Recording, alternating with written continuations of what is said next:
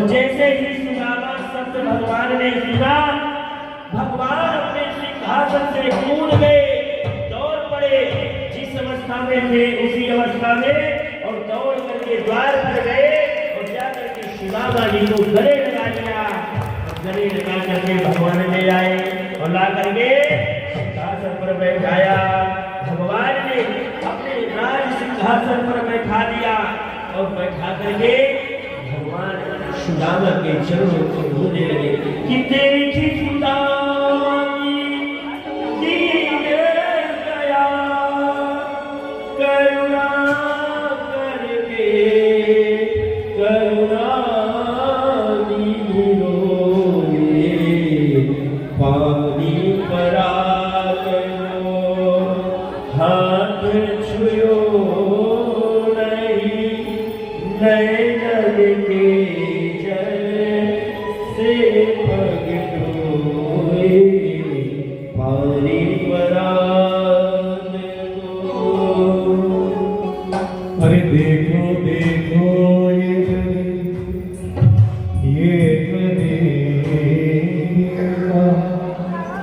कृष्ण के विश्वास ले आया। मेरे बचपन का यार है मेरा श्याम, यही सोच के मैं आज ले आया। अरे बार बालो कन्हैया से कह दो, अरे बार बालो इधर वे सुदामा करीना है, इधर वे सुदामा करीना है। ओ भटकते भटकते न जाने कहाँ से, भटकते भटकते न जाने कहाँ से तुम्हारे महल पे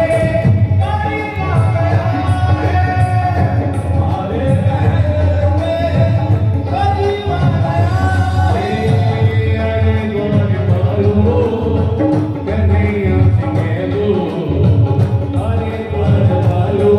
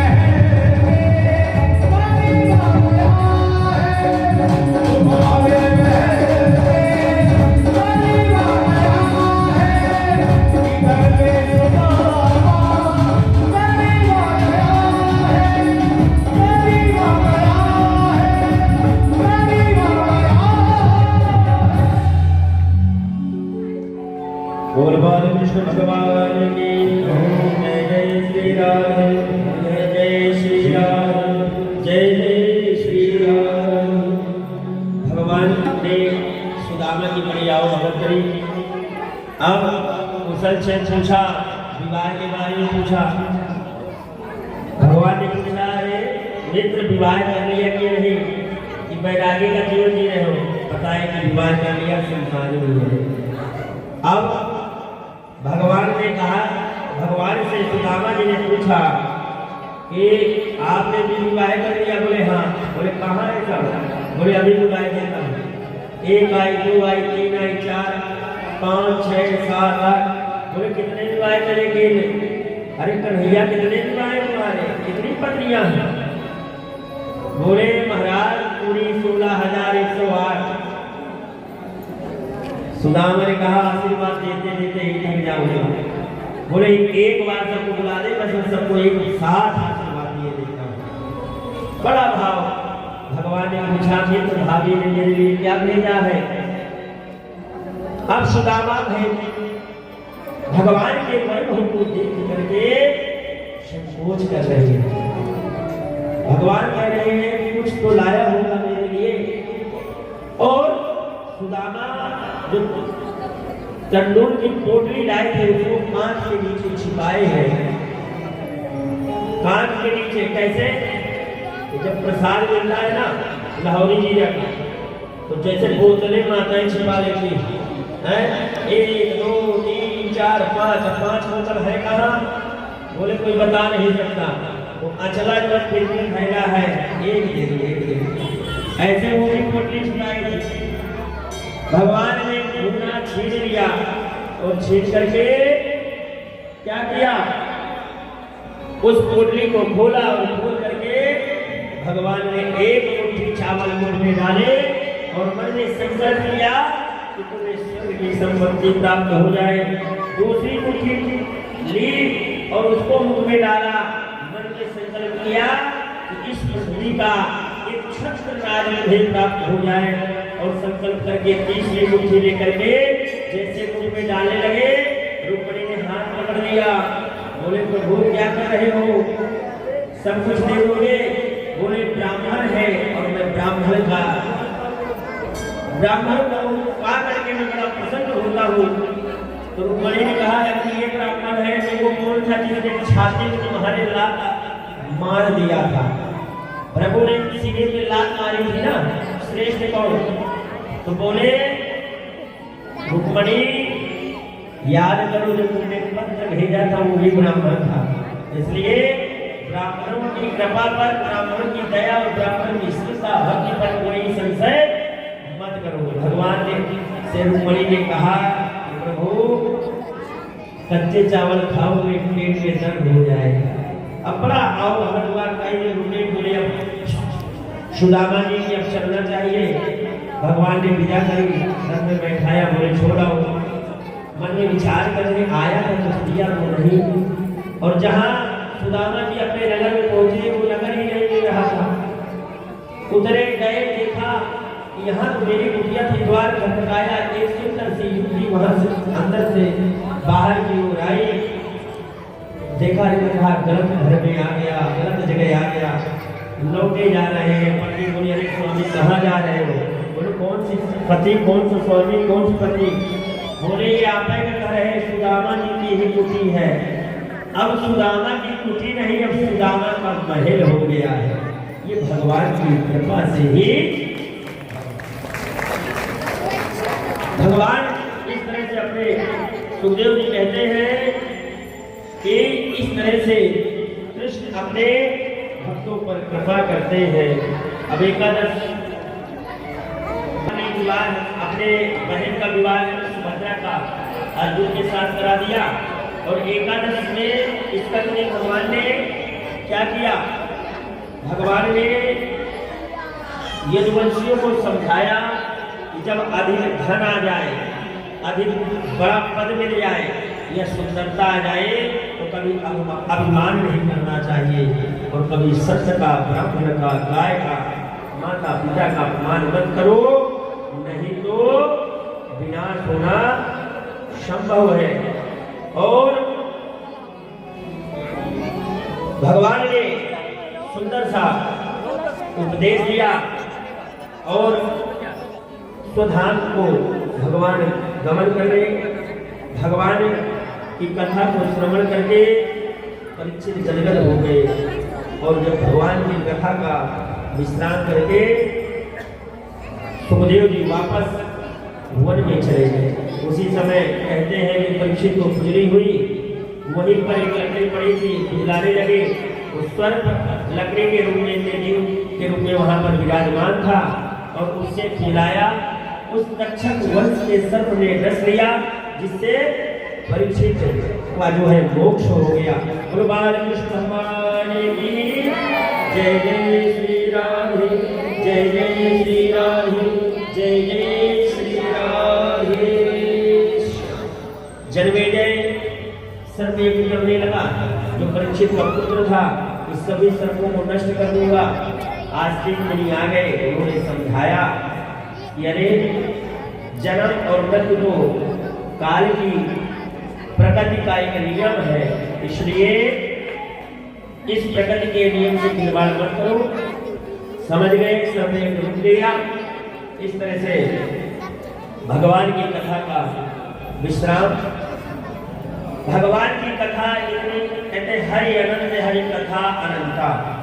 भगवान की कथा इतनी दिव्य है, पवित्र है, जिसको कहने की सामर्थ्य मुझ दास पर नहीं। आप लोग तो भक्त हैं, बड़े बड़े वक्ता, बड़े बड़े संतों और भक्तों की कथाओं को आप लोगों ने श्रवण किया। जो भी दास